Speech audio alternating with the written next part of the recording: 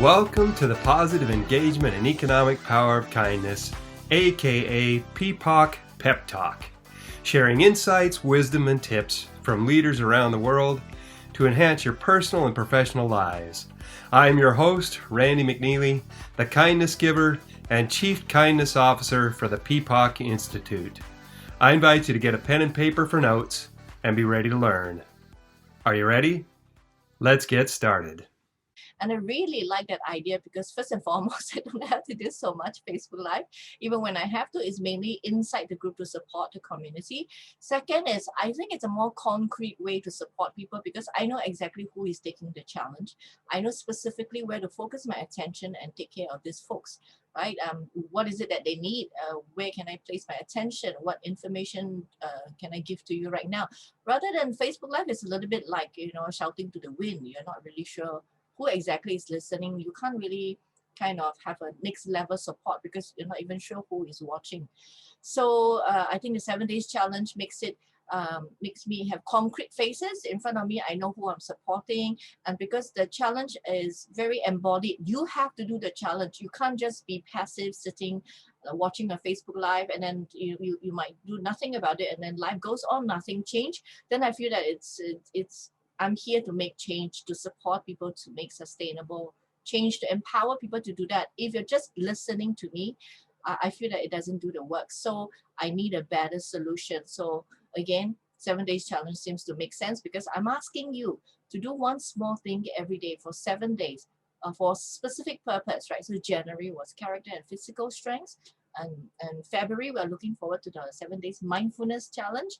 So for 7 days, there's simple tasks directed towards mindfulness. Let's cultivate a more mindful way of being together.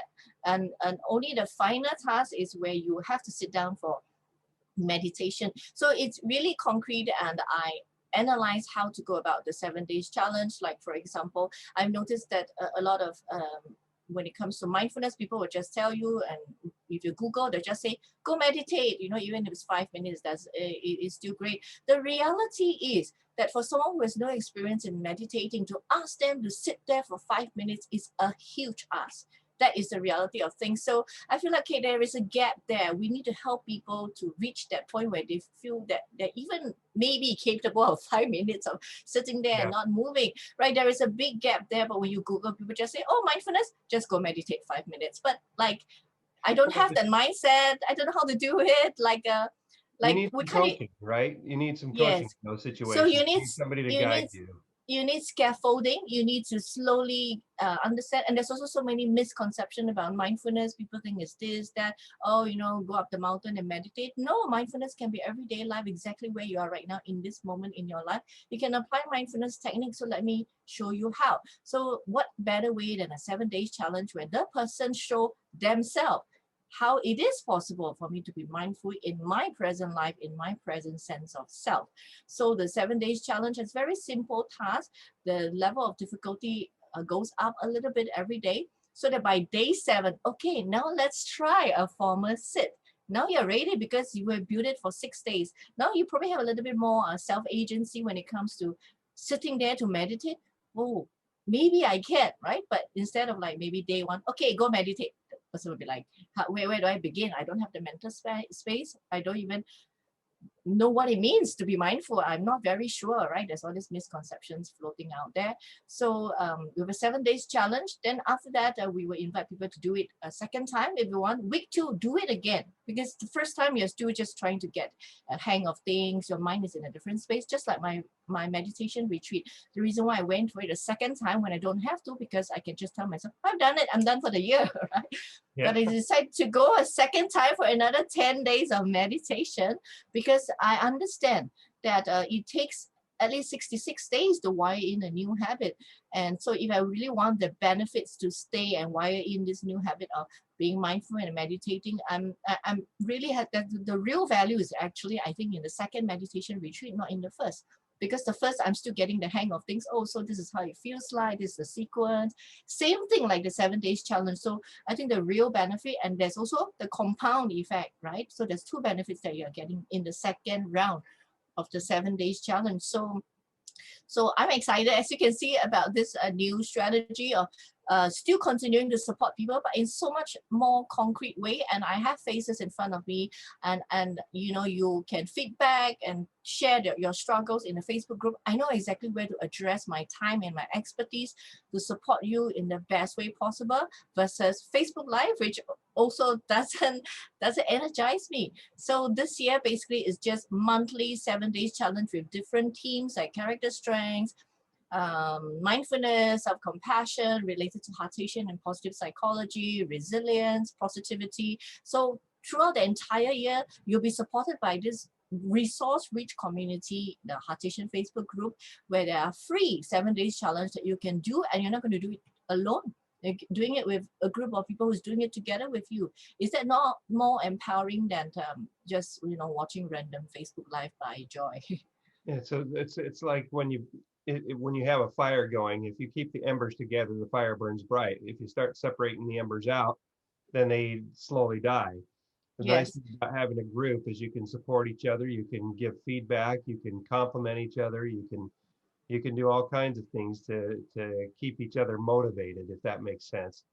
Is that what is Yes. that what you're saying with Yes. that? So what I'm saying is also what's great, like exactly as you've said. So it's not just me showing up, like you guys are Yeah, showing up for each other because we have this group, there's this yeah, boundary, confined space, and there's also psychological safety, right? Rather than if sharing something on Facebook Live, but it's too private, you don't want to comment about something, a challenge that you have. In a Facebook group, you might feel safer to do that. Oh, actually, when it comes to this, I struggle with this because it's a Facebook group, it's enclosed, it's not an open group. You have to join in to see what's inside. So yeah. I think I'm also basically strategizing, designing a space where it's not just me showing up for you, you are going to show up for one another. Oh, that's great. And you know, I know that you said that one of your goals this year for 2021 is to finish writing a book too. On top of the challenges and things that you're doing, you're working on Yeah. your second book. Tell us a little bit about that. So my first book is called From Zero to Shakti, A Woman's Path to Self-Healing and Empowerment. It was an autobiography about how I smashed a limiting story that I'm unlovable and unworthy because mommy gave me up. I had that limiting belief for 30 years until it became unbearable to hold on to this story as my identity. And what I did, I went to the warrior goddess training in Sedona with Hida Ash Amara, did a firework in the desert with 50 other women I've never met in my life, just to take massive action to smash these limiting stories, come back a clean slate, and really begin my work of a woman empowerment coach. So that's kind of what From Zero to Shakti is about. The book shares my journey to Sedona, where lots of things happened. I ended up in the emergency room. I was alone and I had limited cash. I had no phone. It was quite a crazy ride, and it's all in that book. What happened is I have this book for like 3-4 years already. Surprisingly, not just women read it, men read it. So that was a huge, like, unexpected, surprising fun fact about the book. And everyone feels empowered by the book, inspired. But I have also noticed that they might not necessarily know what to do next. And I'm so inspired by the action you took to heal and empower yourself, right? And it kind of stops there. And I didn't like it. I'm like, the whole purpose of the book is to inspire you, invite you to do the same for yourself, take full responsibility for your own healing and empowerment.